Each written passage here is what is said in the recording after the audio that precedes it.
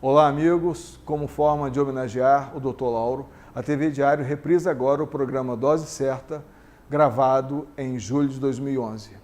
Vamos rever e aproveitar os ensinamentos do tio Lauro. Bom programa para todos. Voltamos aqui na TV Diário, o programa Na Dose Certa com o Dr. Lauro Itajaí.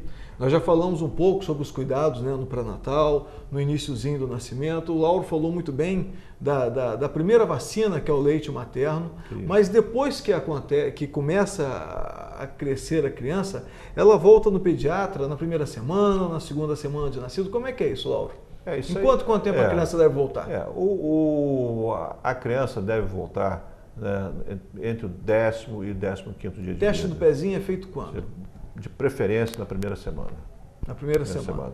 A criança já sai da maternidade e já vai com o pedido do teste do pezinho? Na maternidade é feito a vacina contra a tuberculose, BCG, e da hepatite B. Né? Então, uma coisa que a gente gosta também de pontuar é o seguinte, que existe uma coisa chamada puericultura. O que é isso? Um nome bonito, né? Puericultura, um nome bonito, né? Puericultura é o acompanhamento mensal da criança. E o que é esse acompanhamento mensal? Não é chegar lá dizendo assim, que gracinha, bilu-bilu, parece com o papai, com a mamãe, não. Este acompanhamento, nós estamos vendo o quê? O desenvolvimento psicomotor da criança.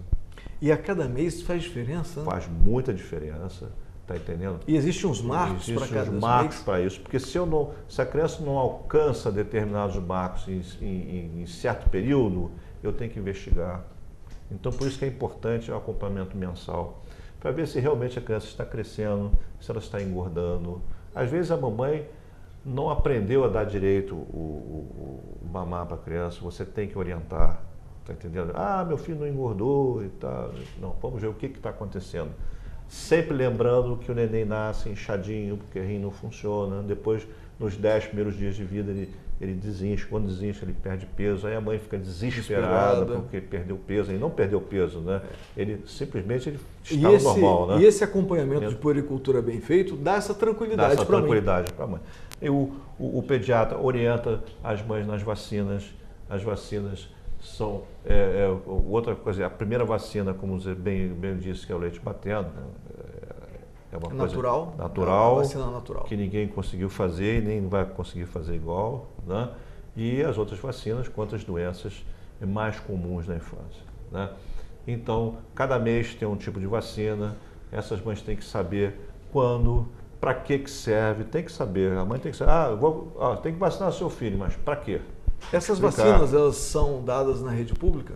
O primeiro ano de vida, todinho, todas as vacinas importantes tem na rede pública. Isso é importante ser dito, que é para as mães ficarem tranquilas. A vacina de difteria. Pode ser feito também num outro ambiente, se for o caso. Aí é critério. É critério, mas pode e deve ir na rede pública, que é um serviço muito bem estruturado, muito bem feito.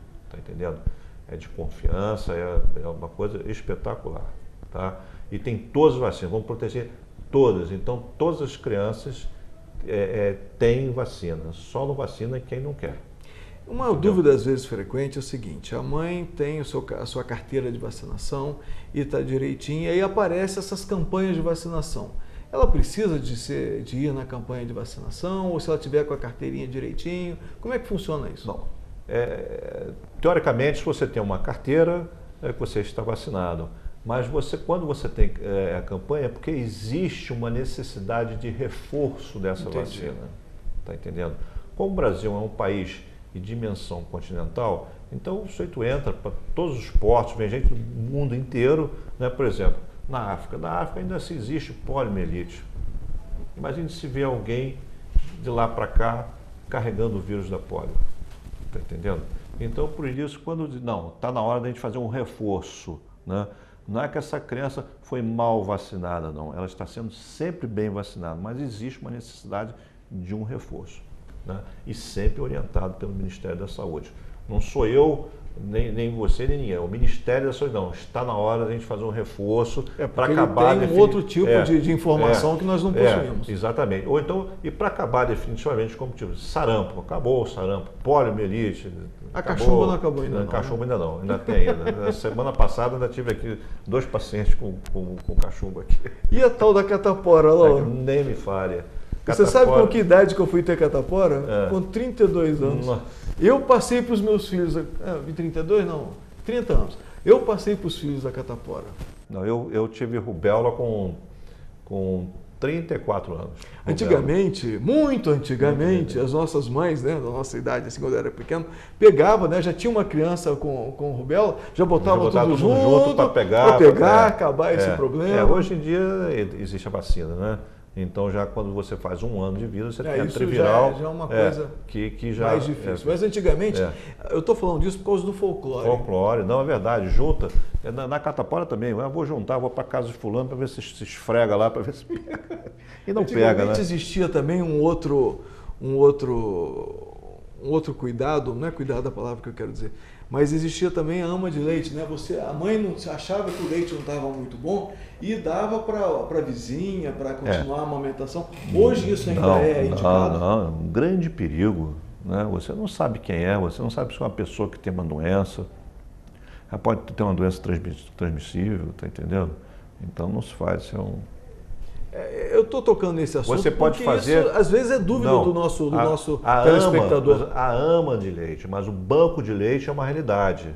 As mães podem doar o leite para uma outra criança, mas ele vai passar por um sistema de uma seleção, uma pasteurização, ele vai ser analisado para ver se está tudo bem, para ver se ele tem condições de ser, né, ofertado a uma criança que necessita. Que necessita e que a mãe não tem condição. Exato. Aí são situações diferentes. A ama de leite para o banco de leite, né? Na puericultura, além da vacinação, tem mais alguma coisa assim de cuidado que você quer transmitir para os nossos telespectadores? A gente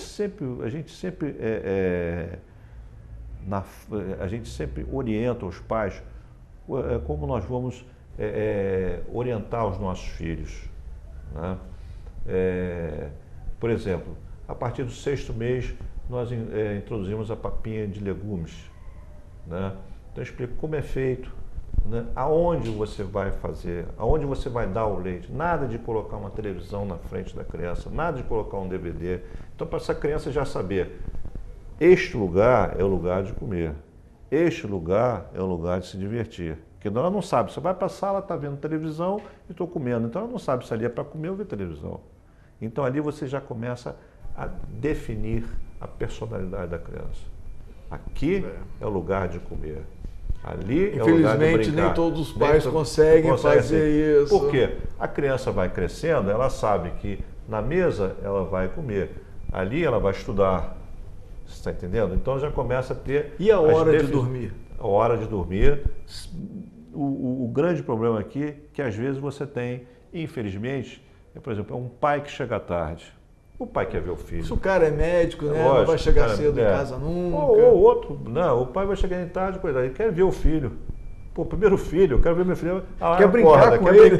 Tá meia-noite, o cara tá brincando com o filho, entendeu?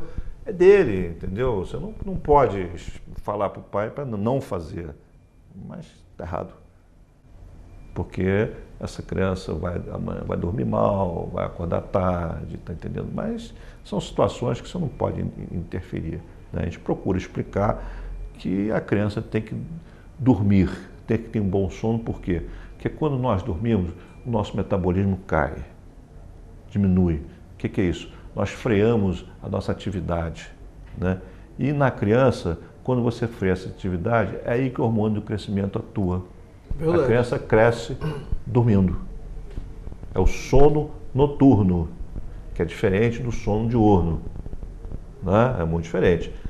Tanto que quando a gente dá plantão, a gente trabalha às vezes a noite inteira, no dia seguinte está meio torto. Por quê? Porque nós não fomos feitos para trabalhar à noite, mas nós temos que trabalhar à noite, temos que dar plantão, não é verdade? Então, no dia seguinte está meio assim, meio torto, raciocinando bem, é claro, né? Mas saímos do nosso tipo de vida. E a criança é a mesma coisa. O hormônio de crescimento ele é atuante à noite. Justamente porque de dia o nosso metabolismo não arreia de todo, né? Não diminui de todo, é mais à noite. Então, por isso, a importância de um bom sono. Quando eu não tenho um bom sono, olha a puericultura, eu tenho que pesquisar, será que essa criança tem algum problema?